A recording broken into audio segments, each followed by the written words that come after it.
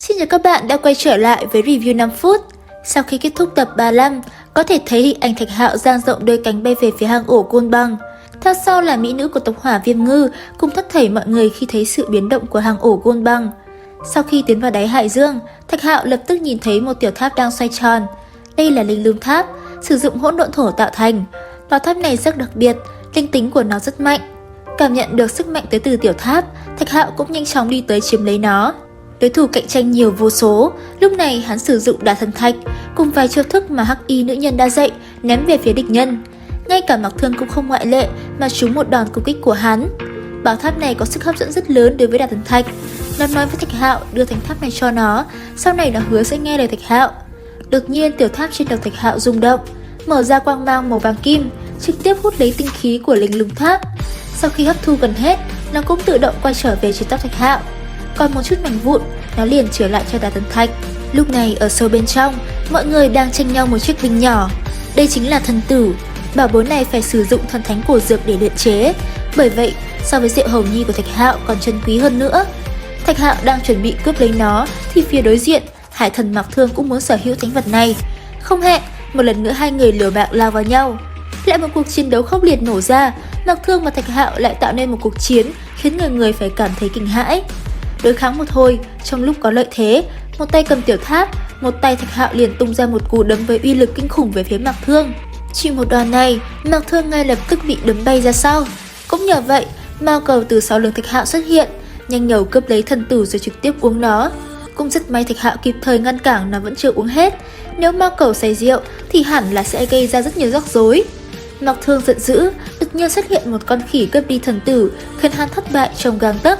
Thế nhưng bởi vì chiến đấu trong thời gian ngắn nên thật khó để phân cao thấp. Sau một đòn cuối cùng, hai người tách ra phóng tới một hướng khác. Bọn họ không tiếp tục sống chết với nhau nữa. Ở một nơi khác, Mạc Thương lúc này đang trút giận lên những sinh linh trong đại dương. Mỹ Nhân Ngư lại đối đầu với hắn, nhưng cuối cùng vẫn bị trọng thương. Cũng trong lúc này, Thạch Hạo đã đi tới một tòa động phủ to lớn. Nhìn thấy một khối bia đá, bên trên có khắc 3 chữ luyện binh địa. Nơi đây có lực lượng thần tính, bên trong nó rất lạnh lẽo. Người bình thường rất khó có thể xông vào. Cũng không biết lý do gì mà lúc này, ở trong một khoảng không gian bao la trên một dải ngân hà, Thạch Hạo ôm Vân Hy trên tay, chậm rãi từ trên không trung rơi xuống. Quang mang thất sắc tỏa ra, chiếu rọi hào quang trên nét mặt cương nghị của hắn. Ở trong lòng Thạch Hạo, nét mặt của Vân Hy thoáng chút ngượng ngùng. Trở lại dưới đáy đại dương, Thạch Hạo và Mạc Thương như có duyên nợ từ kiếp trước, bọn hắn lại gặp nhau ở hàn đàm.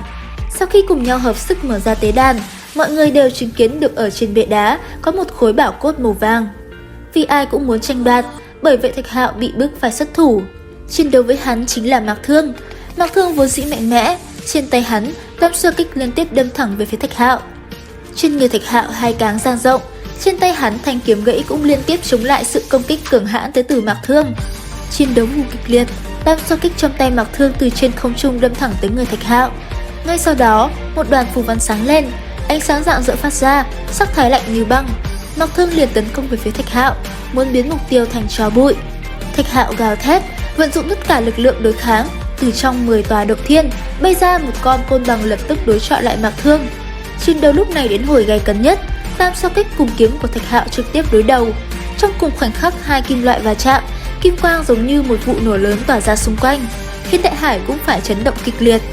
Thế nhưng đột nhiên, trong tiếng ầm ầm truyền đến, từng dải ngân hà xuất hiện bao phủ cả tế đàn. Hóa ma động trong truyền thuyết đột nhiên xuất hiện. Trong hóa ma động, Thạch Hạo đột nhiên rơi xuống một cái động nhỏ rất sâu. Cũng rất may, nhờ có đôi cánh sau lưng mà Thạch Hạo mới chậm chậm rơi xuống. Vốn đã sợ ma, nghe thấy những tiếng gào thét này, Mao Cầu khi nhìn thấy trực tiếp ngất đi. Thế giới dưới đáy động vô cùng khổng lồ. Thạch Hạo tìm thấy một đường hầm nằm ngang dẫn tới một địa phương xa. Mở rộng hai cánh sau lưng, Thạch Hạo men theo con đường này tiến về phía trước. Đột nhiên trước mắt Thạch Hạo là một con rắn chín đầu gào thét, thân hình nó vô cùng to lớn, cái lưỡi rắn màu đỏ tươi, tanh hôi nồng nặc đang hướng tới nơi đây.